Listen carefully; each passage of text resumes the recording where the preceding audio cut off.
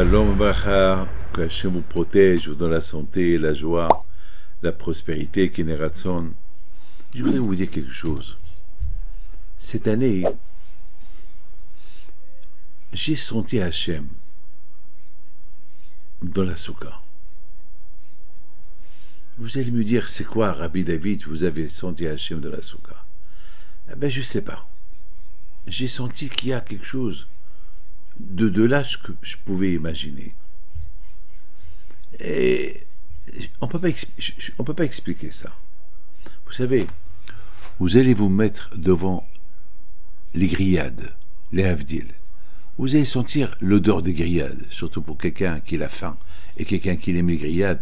Et voilà, il sent les grillades ils sont sur le four, dans le four, sur la grille, et il y a la fumée, tu sens. Eh bien, mes amis, Hachem, comment tu sens Hachem? Écoutez bien ce que je vais vous dire. Vous savez que lorsque les Juifs ils ont quitté l'Égypte,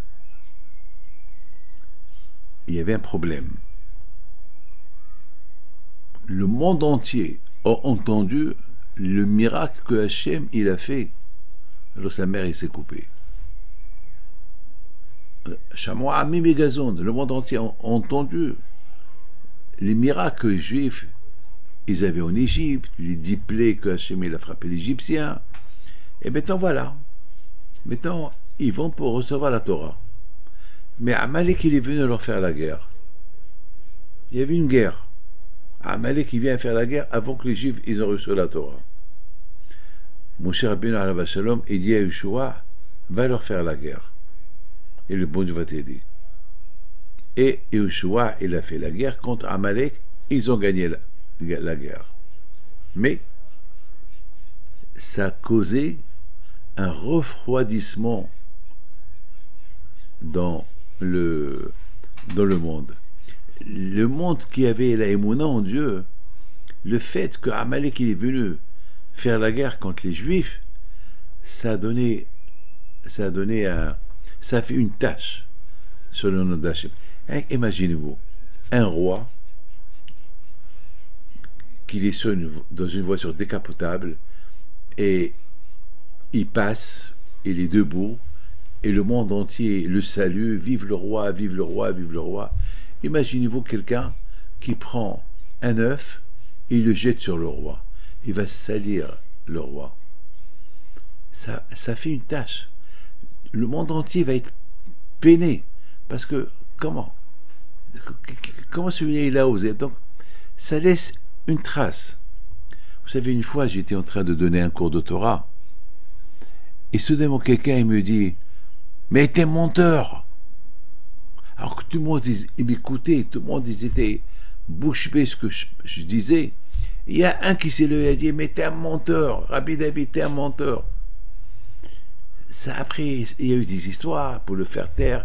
Après, ça y est, moi-même, j'étais pas concentré, c'est fini. Le cours, je l'ai même pas terminé parce que ça a fait il peut tout casser. On peut donner un cours de Torah, et il se fait quelqu'un il rigole. Ça refroidit. Donc la guerre de Amalek elle a refroidi et malheureusement il y a eu le problème que les gens dans le monde entier sont refroidis. Mes amis, il faut savoir une chose, que la Souka c'est le nom de Dieu. Le nom Souka, Samer Vav Rehe Souka, il y a là-bas 2 noms de Dieu.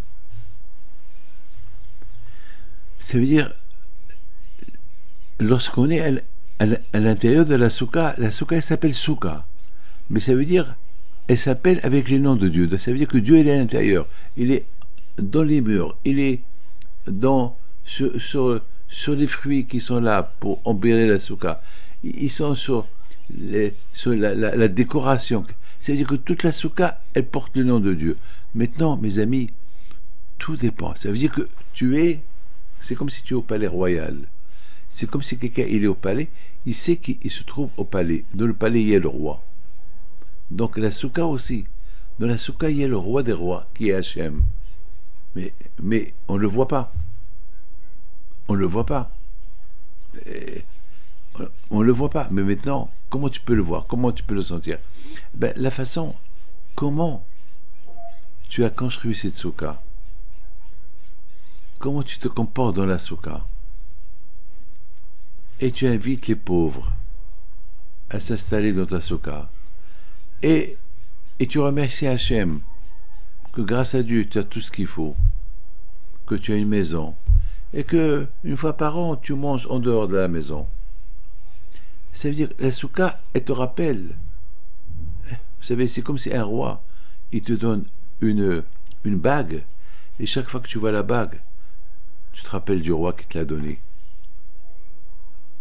Donc, la soukha, c'est comme la bague, c'est le nom de Dieu, c'est un tout qui est là.